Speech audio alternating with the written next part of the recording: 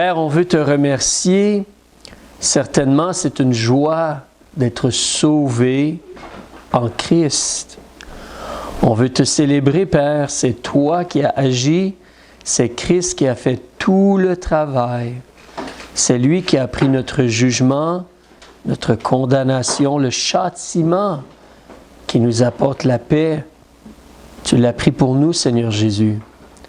C'est gratuit le salut, mais pour toi, ça a été extrêmement cher. Cela a coûté la rançon de ta vie, de ton sang divin versé. Mais gloire à toi que tu nous as aimés individuellement au point d'accepter, de supporter, d'accepter de faire cela, d'être fidèle à la mort, même à la mort de la croix.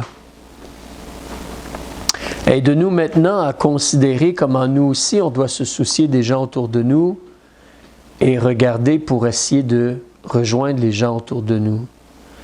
Aide-nous donc dans cette étude, aide-moi par ton esprit afin de pouvoir bien partager et être clair. Alors soutiens-moi et aide-moi par ton esprit afin d'aider les gens et qu'on puisse être exhortés à suivre l'exemple de notre Seigneur. Nous demandons tout ceci pour ta gloire et par le nom de Jésus-Christ. Amen. Amen. Alors, si tu veux venir avec moi dans l'Évangile de Marc, à ce moment-ci, l'Évangile de Marc, aujourd'hui, on va parler de nouveau concernant les leçons que l'on a commencé ou fait dans le passé.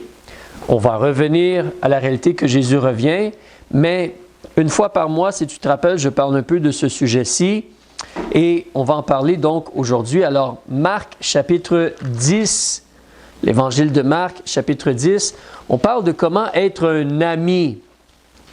Et ce serait la 6e leçon.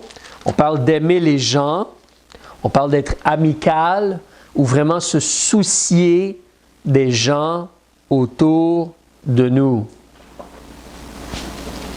Donc, on va lire ici Marc, chapitre 10. On va lire quelques versets, puis on va analyser ces choses-là. Donc, je vais débuter au verset 17. C'est une histoire assez connue, l'histoire du jeune homme riche qui se présente devant Jésus. Donc, au verset 17, « Et comme il sortait pour se mettre en chemin, un homme accourut et s'étant mis à genoux devant lui, lui demanda, « Bon maître, que dois-je faire pour hériter de la vie éternelle? » Jésus lui dit, « Pourquoi m'appelles-tu bon? Personne n'est bon sauf Dieu seul. Tu connais les commandements. Ne commets point d'adultère, ne tue point, ne dérobe point, ne dis point de faux témoignages, ne commets point de fraude, honore ton père et ta mère. » Il répondit, « Maître, j'ai observé toutes ces choses dès ma jeunesse. » Et Jésus, jetant les yeux sur lui, l'aima. Et il lui dit, « Il te manque une chose. Va, vends tout ce que tu as et le donne aux pauvres. Et tu auras un trésor dans le ciel. Et après cela, viens, suis-moi en te chargeant de la croix. » Alors nous avons parlé concernant l'amitié, comment être un ami pour les autres. On a parlé un peu, on a vu des exemples de mauvais amis, des exemples de bons amis. La dernière fois, on avait parlé de Jonathan et David. Jonathan qui s'est engagé envers David, qui a donné, qui l'aimait comme son âme. Alors, on a vu cela. On a parlé de la réalité, de l'importance de vraiment se soucier des gens, de leurs âmes, avoir de la compassion, vraiment voir les besoins des gens autour de nous.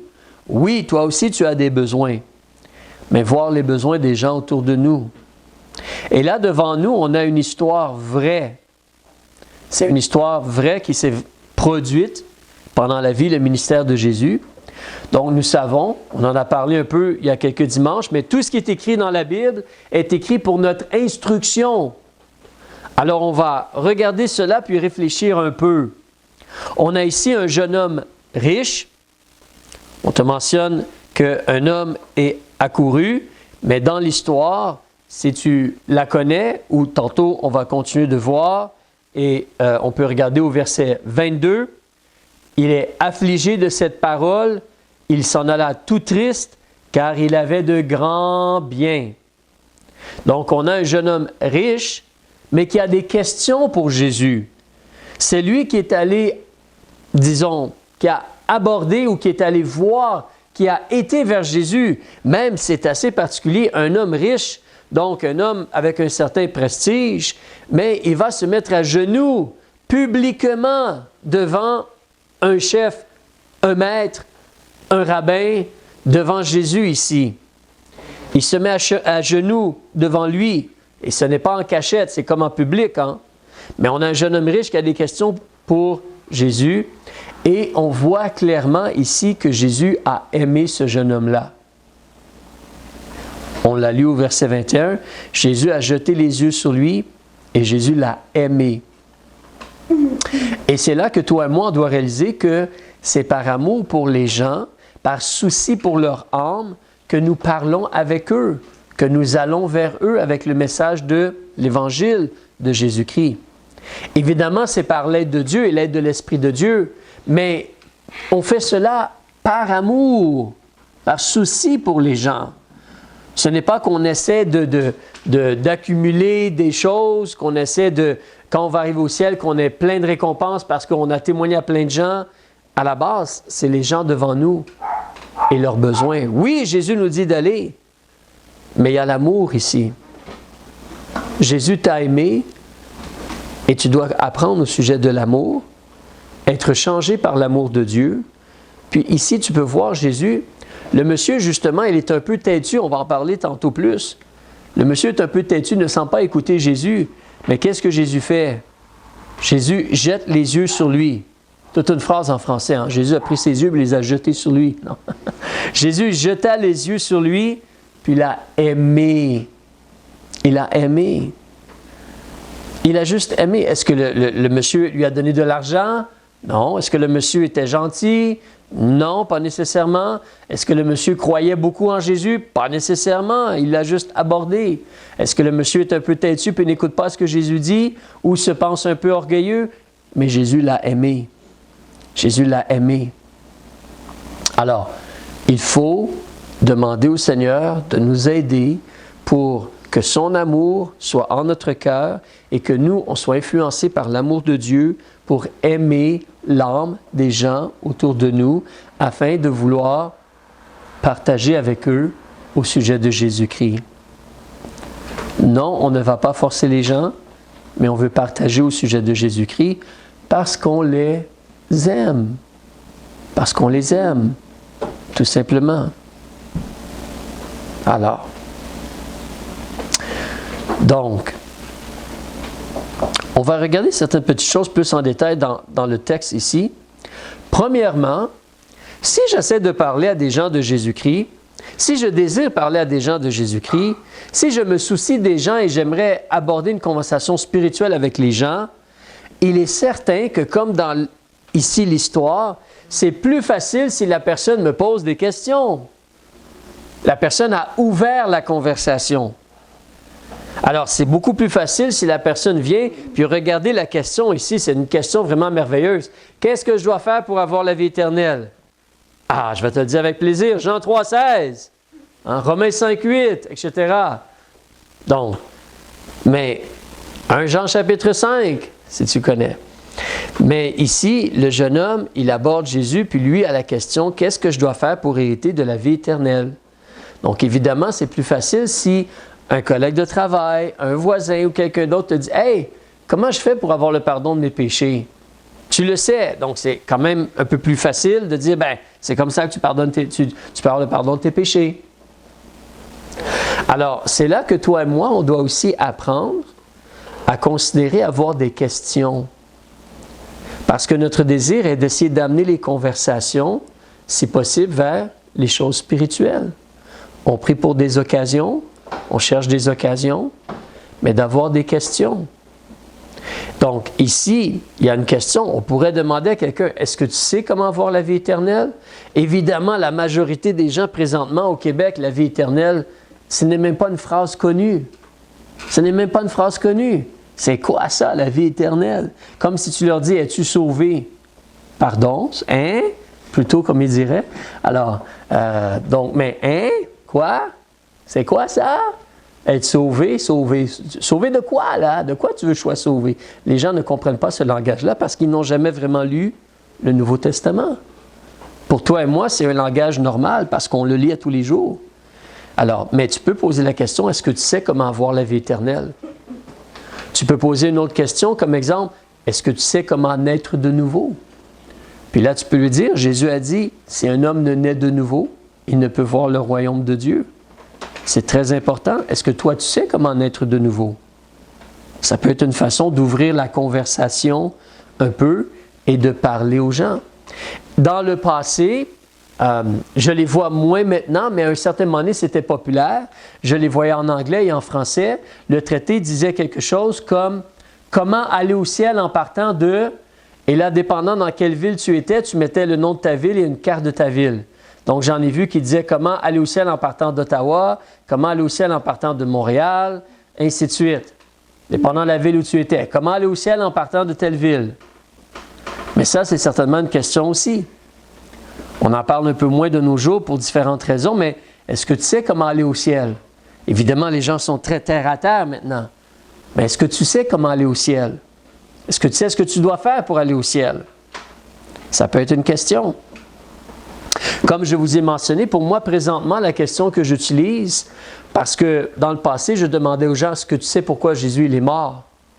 Mais je vois que maintenant, ça me permet de l'approcher d'une façon un peu différente et les gens sont un peu, disons, ça me donne quelques instants de plus pour parler avec les gens, mais je demande aux gens, est-ce que tu sais pourquoi Jésus est ressuscité?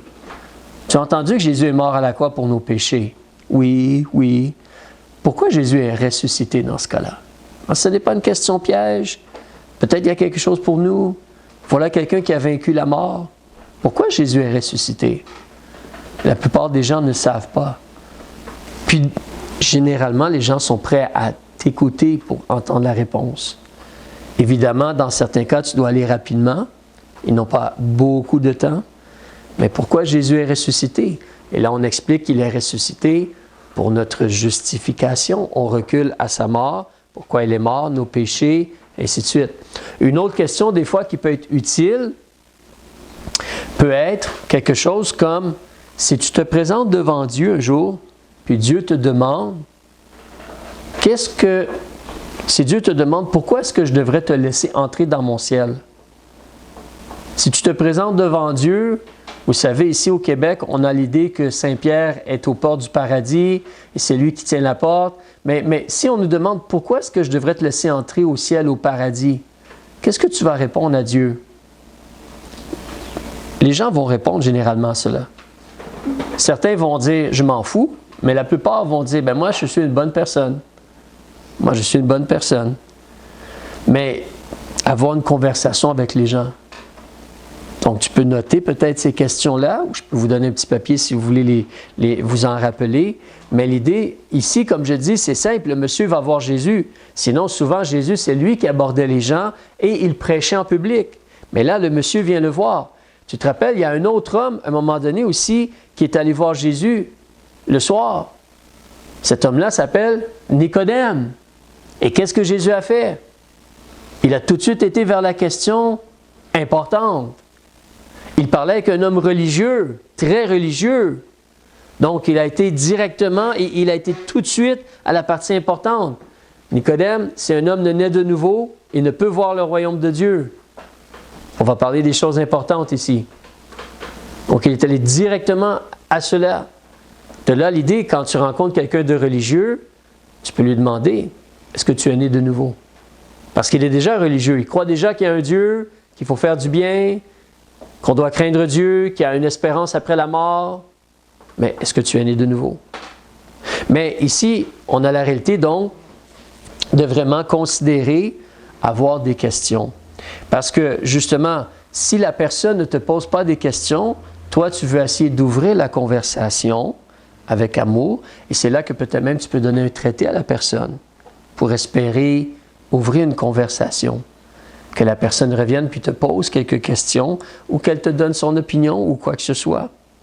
Alors, donc, mais dans cette situation-là, imagine si toi, un jour, justement, quelqu'un viendrait te voir puis te dirait « Qu'est-ce que je dois faire pour hériter la vie éternelle? » En passant, regarde ton doigt ici puis recule en Matthieu chapitre 19 avec moi.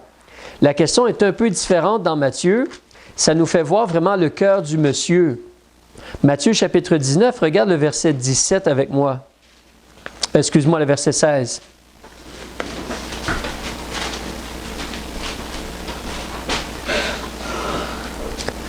Et voici, quelqu'un s'approchant lui dit, « Bon maître, que dois-je faire de bien pour avoir la vie éternelle? » Imagine si quelqu'un viendrait devant toi avec cette question-là. Ah ben c'est bien, je peux essayer de lui parler. Mais en même temps, quand la personne te parle comme cela, n'est-ce pas que tu vas automatiquement réaliser qu'il y a un petit problème? Que dois-je faire de bien pour avoir la vie éternelle? C'est l'idée qu'on travaille pour gagner notre salut, qu'on travaille pour gagner notre ciel, qu'on doit faire des choses pour être accepté par Dieu. C'est l'idée de cela encore. Donc on veut faire attention. D'ailleurs, si tu reviens dans Marc avec moi, s'il te plaît, chapitre 10, page 64.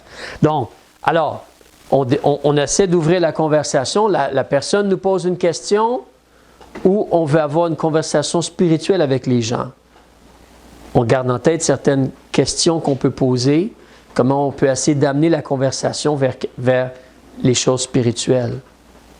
Mais Marc chapitre 10, donc Jésus se fait poser cette question-là. Toi, si quelqu'un te poserait cette question-là, qu'est-ce que je dois faire pour avoir la vie éternelle? Qu'est-ce que moi je dois faire de bien pour avoir la vie éternelle? Qu'est-ce que tu vas répondre?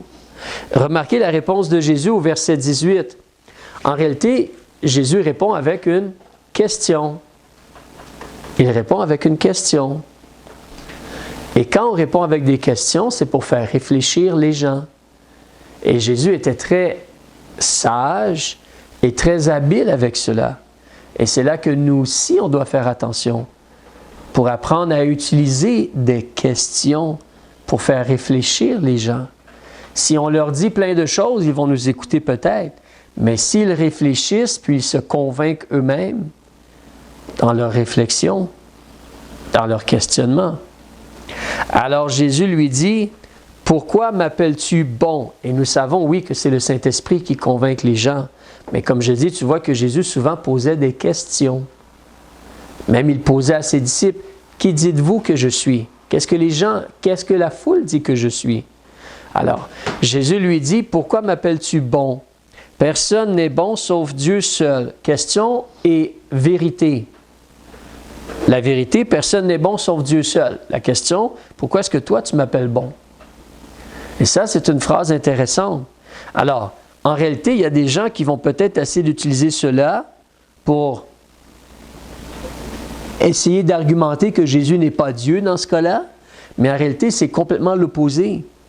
Jésus est en train de présenter la réalité que toi qui m'approches, selon toi, je suis qui moi? Est-ce que je suis juste un homme qui enseigne ou est-ce que je suis le Messie? Le Messie, c'est le Fils de Dieu, c'est le Fils de l'homme. Mais Jésus lui dit, « Pourquoi m'appelles-tu bon? » Parce que le monsieur lui a dit, « Bon maître. » Donc, pourquoi m'appelles-tu bon? Personne n'est bon sauf Dieu seul. En faisant cela, ce qui est intéressant, c'est que Jésus va mettre le doigt sur le bobo, comme on dit, ou il va mettre le doigt sur le plus gros problème, ou il va mettre le doigt sur le vrai problème des êtres humains, le problème de ce monsieur-là. « Monsieur, tu n'es pas bon. Tu n'es pas bon. » Donc Jésus lui a dit clairement, personne n'est bon sauf Dieu seul. Est-ce qu'il a accepté cette vérité-là, l'homme? Ou dans sa tête, je suis une bonne personne. Toi, tu es une bonne personne aussi. Dis-moi, qu'est-ce que je dois faire pour être sûr que Dieu m'accepte? Alors Jésus, il va continuer en lui parlant justement des commandements de Dieu.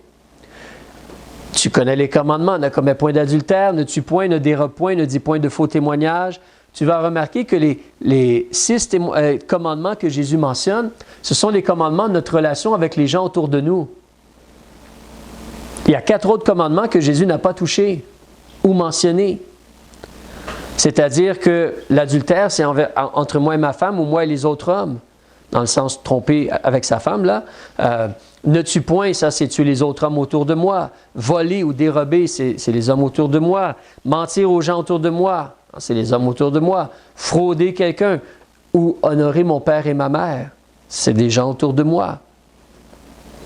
Mais il y a 4 autres commandements. Si tu te rappelles, Dieu avait dit, tu n'auras pas d'autre Dieu. Tu n'adoreras pas d'autre Dieu. Tu ne prendras pas le nom de Dieu en vain. Et tu vas honorer le jour du sabbat. Ça, ces 4 commandements, c'est notre relation directe avec Dieu. C'est différent. Mais devant les êtres humains, cet homme-là, qu'est-ce qu'il fait? Il se pense, bon, moi je suis bon. Moi je suis bon. D'ailleurs, il ose dire, moi j'ai observé toutes ces choses dès ma jeunesse.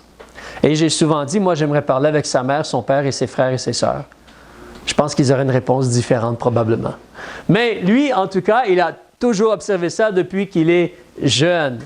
Alors, il n'a jamais fait de mauvaises paroles, de fraude ou quoi que ce soit. Il a toujours honoré son père et sa mère. Donc, mais ici, tu vois comme Jésus essaie de faire comprendre au monsieur, le vrai problème, c'était péché. Oui, tu vas entrer au ciel, mais je disais à quelqu'un dernièrement, c'est très important que les gens réalisent et que nous, on aide à leur faire réaliser cela. Si quelqu'un n'entre pas au ciel, ce n'est pas parce qu'il n'a pas assez fait de bien. Si quelqu'un n'entre pas au ciel, ce n'est pas parce qu'il n'a pas assez fait de bien. Si quelqu'un n'entre pas au ciel, c'est parce qu'il a des péchés. C'est parce qu'il a désobéi. Pourquoi est-ce que les gens sont placés dans les prisons? Ils ne sont jamais placés dans les prisons dans la réalité de la justice. Il y a des dictateurs, il y a des imbéciles dans le monde, mais dans la réalité de la justice, pourquoi est-ce que les êtres humains sont placés en prison? Ils ne sont pas placés en prison parce qu'ils n'ont pas été d'assez bons citoyens. Ils sont placés en prison parce qu'ils ont brisé la loi. Ils ont désobéi à la loi. C'est pour ça qu'ils sont placés en prison. Donc les gens doivent réaliser, même si j'essaie de faire du bien, même si j'essaie de faire de bonnes choses, je suis un pécheur devant Dieu. Et toi et moi, on le sait. Mais là, tu peux parler justement de la réalité. Tu peux garder ton doigt ici, mais tu sais, des versets comme Romains, chapitre 3, très bien connu. Alors, Jésus le fait, ben, évidemment, Romains n'est pas écrit encore, mais Jésus essaie de lui faire voir, il n'y a personne qui est bon, seulement Dieu. Donc, toi, tu n'es pas bon, monsieur. Si tu veux reconnaître que je suis le Fils de Dieu, je suis bon. Mais les êtres humains ne sont pas bons. Mais Romains chapitre 3, verset 10 nous dit clairement, « Selon qu'il est écrit, il n'y a point de juste, non, pas même un seul. » Alors, il n'y en a pas un seul qui est juste ou droit ou bon devant Dieu. Donc, cette idée que les bonnes personnes vont au ciel et les mauvaises personnes vont en enfer, c'est un mensonge qui a débuté avec Satan et qui continue avec les religions et que l'être humain perpétue dans son cœur ou dans ses paroles. Mais c'est faux. Il n'y en a pas de juste. On te dit clairement au verset 23, il n'y a point de distinction. Nous connaissons cela, hein? Puisque tous ont péché. Donc on doit lire, on doit montrer cela aux gens, on doit aider les gens à comprendre cela. Ce n'est pas toujours facile parce qu'il y a des gens qui ne veulent pas admettre qu'ils sont des mauvaises personnes. Vous allez des fois rencontrer des gens qui vont... Généralement, les gens sont honnêtes pour réaliser que oui, j'ai fait des mauvaises choses dans ma vie. Je suis un pécheur. Mais tu vas rencontrer des gens, des fois, qui vont vraiment croire dur comme fer, qui n'ont jamais fait de mal dans leur vie. Ils se sont trompés eux-mêmes. Malheureusement, ils vont croire cela. Peut-être dans ce cas-là, tu peux essayer de les encourager à considérer ça ici, ou sinon à considérer aussi dans l'Épître de Jean, lorsque au chapitre 1, j'y tourne aussi, mais au chapitre 1, dans l'Épître de Jean, au verset 8, ainsi qu'au verset 10, 2 fois on nous mentionne que si on dit qu'on n'a pas de péché, on se séduit nous-mêmes et la vérité n'est point en nous. Alors, veux-tu oser dire que tu n'as pas de péché encore? Mais je vous l'ai dit, j'ai déjà rencontré des gens comme ceux-là qui m'ont dit clairement, non, moi je n'ai jamais fait de mal. Jamais, jamais rien fait de mal dans ma vie. J'ai demandé, est-ce que je peux parler avec tes parents ou tes soeurs, tes frères? Non, non, je n'ai jamais fait de mal dans ma vie. Je ne te crois pas. Regarde la Bible, ce qu'elle dit. Non, non, moi je te dis, je n'ai jamais fait de mal. Non. Mais les gens, des fois, sont trompés, entêtés. Je me rappelle, il y a plusieurs années, j'étais avec mon beau-père dans la voiture, on écoutait les nouvelles et il y avait un ancien premier ministre du Canada. J'ai déjà dit cela, un ancien premier ministre du Canada qui était interviewé. Il avait eu des démêlés avec la justice et finalement, il semblerait que ça n'avait pas abouti. Comme le procès avait avorté ou arrêté, il était comme pas coupable de quoi que ce soit. Puis il parlait assez fermement en disant, voilà, on n'a rien trouvé sur moi, on n'a rien trouvé sur moi. Voilà, je vous l'avais dit dès le début, vous savez pourquoi? Vous savez pourquoi? C'est parce que je n'ai jamais rien fait de mal dans ma vie. Je n'ai jamais rien fait de mal dans ma vie. Jamais. Et moi, mon beau-père, on s'est regardés tous les deux en disant, mais c'est quoi? Ah bon, d'accord. Toi, tu n'as jamais rien fait de mal dans ta vie. Ah bien, OK. Tu es spécial, toi. D'accord. Mais, sérieusement, c'est quelqu'un qui a besoin d'être né de nouveau et qui a besoin d'être sauvé. Mais malheureusement, l'être humain. Alors, revenons à ce qu'on regarde ici. Donc, on veut essayer de partager avec les gens cette réalité-là. Et même avec les gens religieux, tu vois, Jésus, quand il a parlé avec Nicodème, comme je le disais tantôt, il lui a dit, « OK, peut-être tu es religieux et tout. Tu veux venir me voir pour m'entendre, tu crois en Dieu, tu crains Dieu, mais est-ce que tu es né de nouveau? » C'est ça qui est important. Est-ce que toi, tu es né de nouveau? Donc, si tu regardes au chapitre 10 en Marc, si tu reviens avec moi, comme je dis, c'est là que Jésus, même si le jeune homme peut-être était fermé, entêté, trompé, mélangé, qu'est-ce que Jésus a fait? Il l'a aimé pour essayer de lui dire encore des vérités, pour essayer encore de piquer son cœur. Jésus a été directement à un autre problème qu'il y a dans la vie des êtres humains. Voyez-vous, quand Jésus a parlé avec l'homme au verset 21 en Marc 10, Jésus a jeté les yeux sur lui, il a dit, « Va, vends tout ce que tu as et le donne aux pauvres, et tu auras un trésor dans le ciel. Après cela, viens, suis-moi en te chargeant de la croix. » Mais cela a vraiment touché le cœur du jeune homme parce qu'il est devenu triste et il a quitté. Parce qu'il avait de grands biens. Et ensuite, Jésus explique au verset 23, Jésus, regardant autour de lui, dit à ses disciples, comme à haute voix, le monsieur a probablement entendu, « Il est difficile que ceux qui ont des richesses entrent dans le royaume de Dieu. » Et là, ses disciples sont étonnés de ce discours, selon le verset 24. Mais Jésus reprend, pour qu'ils comprennent bien, il reprend la parole et dit, « Mes enfants, qu'il est difficile à ceux qui se confient dans les richesses d'entrer dans le royaume de Dieu. » C'est là que des fois, avec des gens religieux, une excellente question, c'est si je te présente devant Dieu, puis Dieu te demande pourquoi je devrais te laisser entrer dans mon paradis, dans mon ciel. Ils vont te dire ce qu'il y a dans leur cœur. Soit ils vont te parler de Jésus, ou ils vont te parler de ce qu'ils ont fait, ce qu'ils ont accompli. Et en parlant, tu vas voir en quoi leur cœur place sa confiance. Ça va devenir évident. Et ça nous permet de les aider. Parce que, évidemment, si on place notre confiance dans nos richesses, l'argent ne va jamais effacer nos péchés. Si on place notre confiance dans notre baptême, le baptême ne va jamais effacer nos péchés. Si on place notre confiance dans notre bonté, notre gentillesse, ou tous les commandements qu'on a essayé de garder, ou notre fidélité à une église, ces choses-là ne vont jamais effacer nos péchés. Ils ne vont jamais nous justifier devant Dieu. Ce sont de bonnes choses, mais nous sommes coupables. La rançon pour nos péchés ne peut être payée que par le sang de Jésus. Nous avons cette information-là. On va en reparler. Mais on voit cela.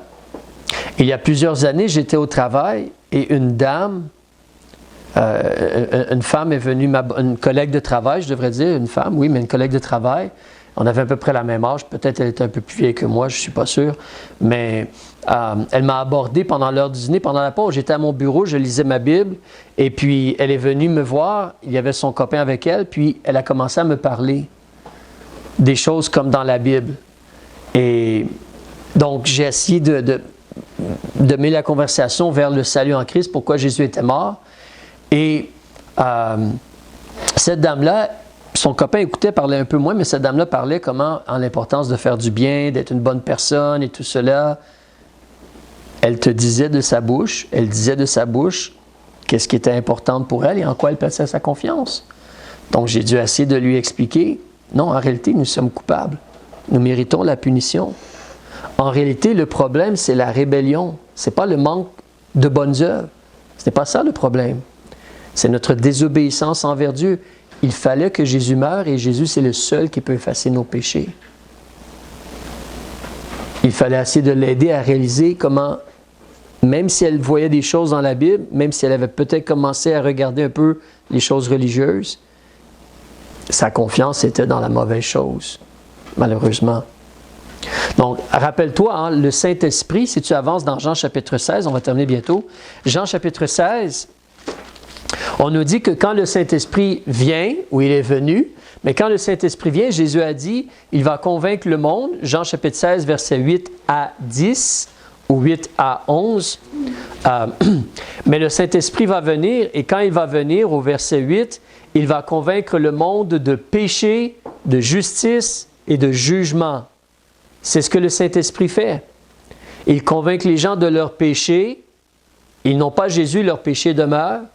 Il convainc les gens de justice. Le seul qui est juste, c'est Jésus-Christ.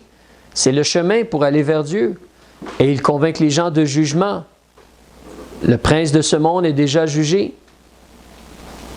Alors, mais nous, on veut essayer d'aider les gens à comprendre. On veut rappeler aux gens, on veut montrer les paroles et faire comprendre aux gens la justice de Dieu, le juste jugement éternel. Jésus a aimé cet homme-là pour lui faire comprendre, regarde, si tu veux vraiment donc, il va falloir que tu prennes la croix, oui, on va parler de cela dans les prochaines semaines, mais surtout, il faut que tu donnes ce que tu as, tes richesses, aux pauvres. Il y a un problème dans ton cœur, tu places ta confiance dans ton argent. C'est un problème. Il faut que tu places ta confiance en Dieu plutôt, et sa justice. Il y a la réalité que nos bonnes œuvres n'effaceront jamais le mal que nous avons fait. Un jour, j'étais dans la maison d'un homme, je partageais cela avec quelqu'un dernièrement, j'étais dans la maison d'un homme qui était plutôt témoin de Jéhovah, jeune homme comme moi dans le temps, je n'étais pas marié, célibataire, puis on parlait, et on discutait, puis évidemment, le monsieur, pour les témoins de Jéhovah, hein, c'est comme tu dois vraiment être fidèle, selon les enseignements des témoins de Jéhovah, fidèle, dévoué. Puis là, si tu es fidèle et dévoué, si tu as gardé tous les commandements jusqu'à la fin, tu vas pouvoir aller dans le royaume de Dieu ou le royaume de Jéhovah et tout. Alors, c'est vraiment une obéissance et un dévouement. Et on parlait ensemble, puis à un certain moment donné, j'ai demandé au monsieur, j'ai dit, donc toi, un jour, tu vas mériter d'aller au ciel. Toi, un jour, tu vas mériter que Dieu te reçoive. Il m'a dit, oui, c'est ça. J'ai dit, attends un instant, je suis sûr que tu as bien compris ma question. Je voulais que ça rentre dans, qu'il commence à réfléchir à ce qu'il venait de dire. Hein? Alors, donc, un jour, toi, tu vas mériter d'avoir la vie éternelle. Tu vas mériter d'être dans la maison de Dieu. Oui, oui, c'est ça. Je lui dis, mais pourtant, dans la Bible, ça dit que le salut, c'est une grâce de Dieu. Et là, il a pédalé à reculons. Non, non, non, c'est ça, oui, c'est toujours par la grâce de Dieu qu'on est sauvé. C'est toujours par la grâce de Dieu qu'on est sauvé. Non, mon ami, tu viens de dire, tu places ta confiance dans ta fidélité. Tu viens de le dire de ta bouche. La bouche parle de l'abondance du cœur, c'est ce que tu dis. Attention. Et j'essaie de parler avec lui. Mon désir n'était pas nécessairement de le faire mal paraître, mais des fois, c'est de faire réfléchir et comprendre la personne qu'il y a un problème sérieux dans ton cœur et dans ta perception des choses. Alors, non, effectivement, selon Éphésiens, on nous dit que nous sommes sauvés par la grâce, par le moyen de la foi. Et cela ne vient pas de vous. Ce n'est point par les œuvres, afin que personne ne se glorifie. Donc Jésus essaie de faire cela avec ce monsieur-ci. Il essaie de faire cela. Tout ceci, on termine là, tout ceci est fait avec amour, patience, douceur, fermeté, mais le but n'est pas de gagner un argument, le but n'est pas de démolir quelqu'un, le but n'est pas de faire mal paraître quelqu'un, le but est d'aider la personne, de l'aimer pour qu'il veuille se tourner vers Jésus. Et comprenons c'est qui le vrai ennemi. Reviens avec moi dans la seconde épître de Paul à Timothée. Nous avons vu cela beaucoup dernièrement. Mais seconde épître de Paul à Timothée, chapitre 2. Le vrai ennemi et le vrai problème n'est pas nécessairement la personne devant nous. Oui, il a un cœur et oui, il prend des décisions. Mais le vrai problème et le vrai ennemi, si tu regardes ici au verset 24, en la seconde épître de Paul à Timothée, chapitre 2, verset 24. Il ne faut pas que le serviteur du Seigneur aime à contester, mais il doit être doux envers tous, propre à enseigner, patient, redressant avec douceur les adversaires, attendant que Dieu leur donne la repentance et leur fasse connaître la vérité et qu'ils sortent de l'ivresse des pièges du diable, qui les tient captifs et soumis à sa volonté. Les gens sont pris dans le piège du diable, dans les mensonges du diable. Le vrai ennemi, c'est le diable. C'est là que nous prions beaucoup pour les gens, afin que Dieu les éclaire, qu'ils se laissent éclairer. Mais comme on a vu donc, on veut aimer les gens, 1. 2, on veut essayer d'aborder les gens pour parler des choses importantes. Formidable s'ils nous posent une bonne question, mais sinon on veut aborder les gens pour leur pour parler des choses importantes. Troisièmement, on veut rappeler aux gens le vrai problème. Comme quand on va chez le médecin, on ne veut pas que le médecin nous parle de comment stationner notre voiture. On va voir le médecin parce qu'on a un problème de santé, on veut savoir c'est quoi le problème, comment on peut résoudre le problème de santé. Alors, nous aimons les gens, nous voulons les aider à réaliser le vrai problème. La désobéissance, le péché, la réalité qu'on mérite le feu éternel pour nos péchés. Quatrièmement, on veut vérifier en quoi est-ce que les gens placent leur confiance. C'est vrai qu'il y a des gens non religieux qui ne placent leur confiance en rien, ils font juste s'amuser, se divertir, puis ils sont esclaves du péché. Mais il y a beaucoup de gens qui sont religieux, mais complètement perdus. Complètement perdus. Donc c'est là qu'on veut aider ces gens-là. En quoi est-ce qu'ils placent leur confiance? Il faut être né de nouveau. Il faut rappeler aux gens, cinquièmement, nos bonnes œuvres, notre fidélité ne va jamais effacer nos péchés. Sixièmement, le combat, il est contre les mensonges de l'ennemi, contre l'ennemi.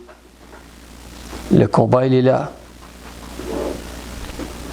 Aimer les gens, aborder les gens pour parler des choses importantes, faire connaître le vrai problème, vérifier en quoi les gens placent leur confiance, leur rappeler que nos bonnes œuvres ou notre fidélité ne va jamais effacer nos péchés, c'est le sang de Jésus, et réaliser que le combat, c'est contre le diable et ses mensonges. On va arrêter ici. Père, on veut te remercier pour cette histoire, cet exemple. On voit Jésus qui se